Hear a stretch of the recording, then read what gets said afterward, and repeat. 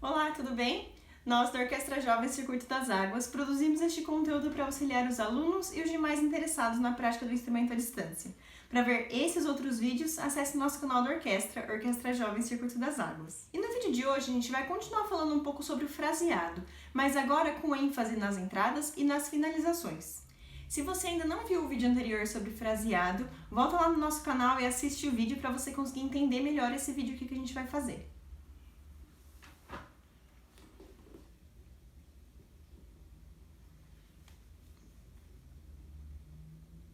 Então, do mesmo jeito que a gente falou no vídeo anterior, que o fraseado na música, ele é assim como é o fraseado, as frases na nossa fala, né? As frases musicais, elas querem dizer alguma coisa, elas são frases de conclusão, ou frases de pergunta, frases de resposta, frases de dúvida, ou uma frase completa a outra, né? Elas têm esse sentido próprio, e as frases, elas têm um sentido, né? Ou seja, as notas musicais têm um ponto de chegada dentro da frase, e as outras notas musicais direcionam para esse ponto de chegada, e depois um ponto de relaxamento. A gente analisou algumas frases de alguns exemplos musicais no vídeo anterior e aqui a gente vai analisar os mesmos exemplos musicais para falar sobre entrada e finalização. Então vamos ouvir aqui as duas primeiras frases da música Berceus, do compositor Brahms, que é o exemplo da canção de Niná que a gente ouviu no vídeo passado. E além de ouvir essas duas frases, prestem atenção nas entradas.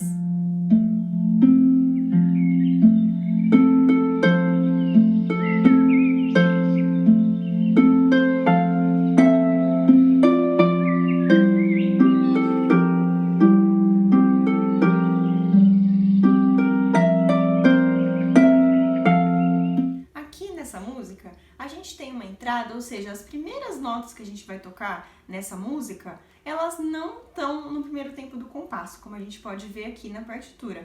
Elas ficam antes, elas são entradas de anacruse, ou seja, essas notas fazem parte dos tempos finais de um suposto compasso anterior. Então a gente pega os últimos tempos ou o último tempo do compasso anterior para tocar essas notas para depois a música começar no próximo compasso. Então, como que eu tenho que tocar essas duas notas? Eu vou fazer dois exemplos para vocês. Primeiro, eu posso tocar ou cantar elas assim. Parará, parará. Ou eu posso tocar. Parará, parará. Percebam que o primeiro exemplo, eu dou ênfase nas duas primeiras notas, nas notas que começam a música mesmo. Parará, parará. E no segundo exemplo, eu dou a ênfase na nota de chegada, na nota do primeiro tempo do compasso seguinte. Parará, parará. Isso faz toda a diferença, porque no compasso de anacruse, as notas elas não começam no tempo forte do compasso. Aqui, por exemplo, que é um compasso ternário, o tempo 3 do compasso, que é onde estão essas notas iniciais, não é um tempo forte do compasso. No compasso ternário, o tempo forte é o tempo 1.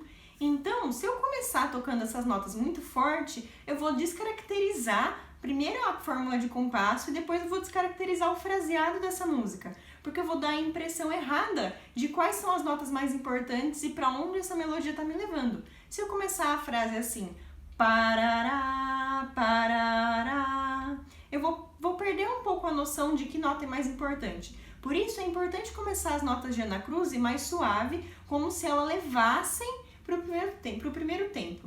O anacruse também é chamado de levare, muitas vezes. Então a gente pode imaginar que esse é o levare para o primeiro tempo. Essas notas estão me conduzindo para o primeiro tempo do compasso.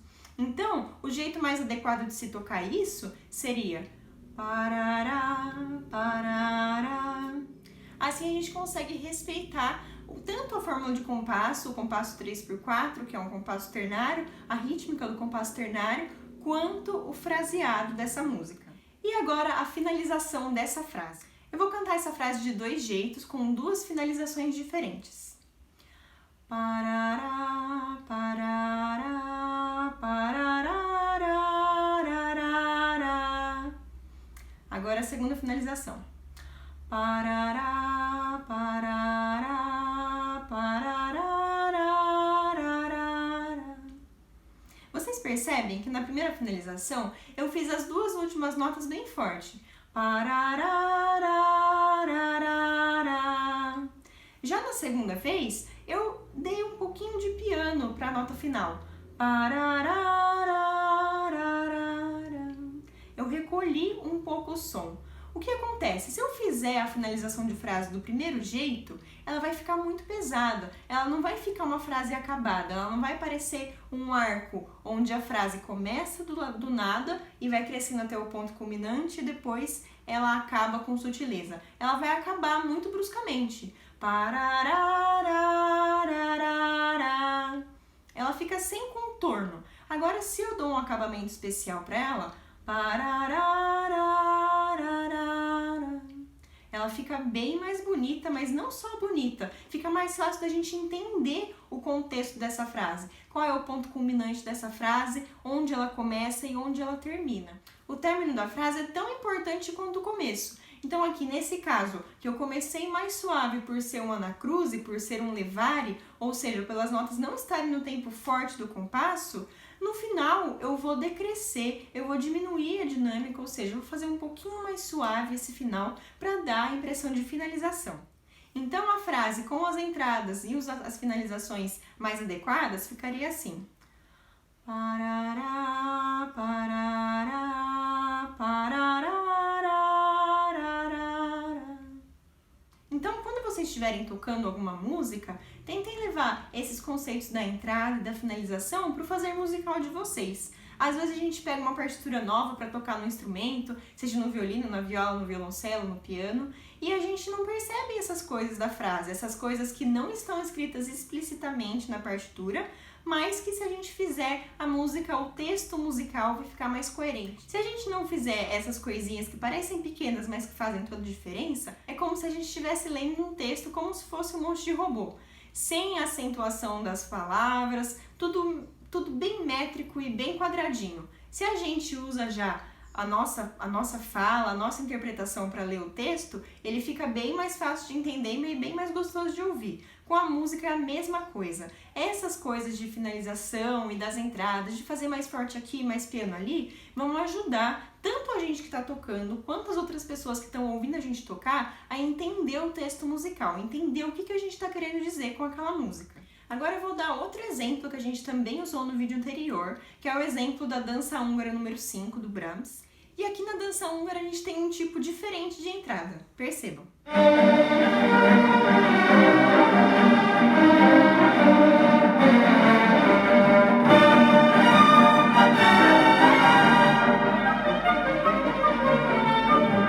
Aqui nessa música a gente não tem uma entrada com anacruse, não tem uma entrada com um levare. Então, a nossa música começa logo no primeiro tempo do compasso. Então, como que eu vou tocar essa nota? Essa nota, ela tem que ser já um pouco mais forte. Não que nem no exemplo anterior, que a gente começava no final do compasso anterior, né? Que a gente começava suave e levava o som até a primeira nota do próximo compasso. Aqui não, aqui a gente já tem que começar com o som, como se a gente tivesse trazido o som já de outros lugares, a gente já começa com um som mais potente para ir dar sentido para essa frase e levar essa frase para onde ela tem que ir. Então, por exemplo, se eu começar cantando essa música assim, vai ficar estranho, não fica? O começo está muito fraquinho, eu tenho que começar ela com um pouco mais de som.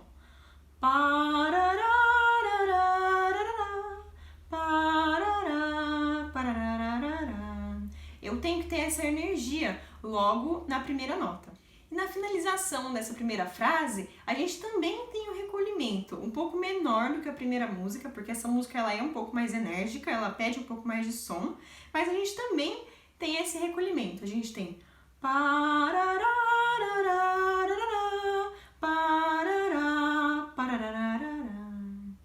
tem essa finalização de frase. A gente recolhe um pouco o nosso som e depois a gente começa a próxima frase. Aqui a gente chegou no pico da frase.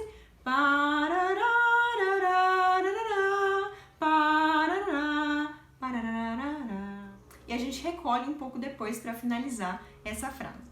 Então, quando vocês estiverem tocando uma música, quando vocês forem pegar uma partitura nova para tocar, pensem não só nas notas, pensem no texto musical. Pensem no que vocês querem dizer com aquela música, o que aquela música está dizendo para vocês e como você vai passar essa informação para as pessoas que vão te ouvir. Uma dica é a gente sempre cantar a música que a gente quer ouvir ou que a gente quer tocar no instrumento, porque às vezes o canto é um pouco mais próximo da gente, né? O canto faz parte do nosso corpo e essas coisas são mais fáceis de entender quando a gente usa o nosso corpo todo. Então, se talvez você não esteja conseguindo fazer tanto essas questões de fraseado no violino, tenta cantar a frase primeiro. Canta a frase primeiro do jeito que você quer fazer ela, do jeito que você quer fazer os crescendos e os decrescendos, quais são os pontos culminantes dessa frase e depois tenta transportar isso para o instrumento que vai ficar um pouco mais fácil. Muito obrigada, até o próximo vídeo!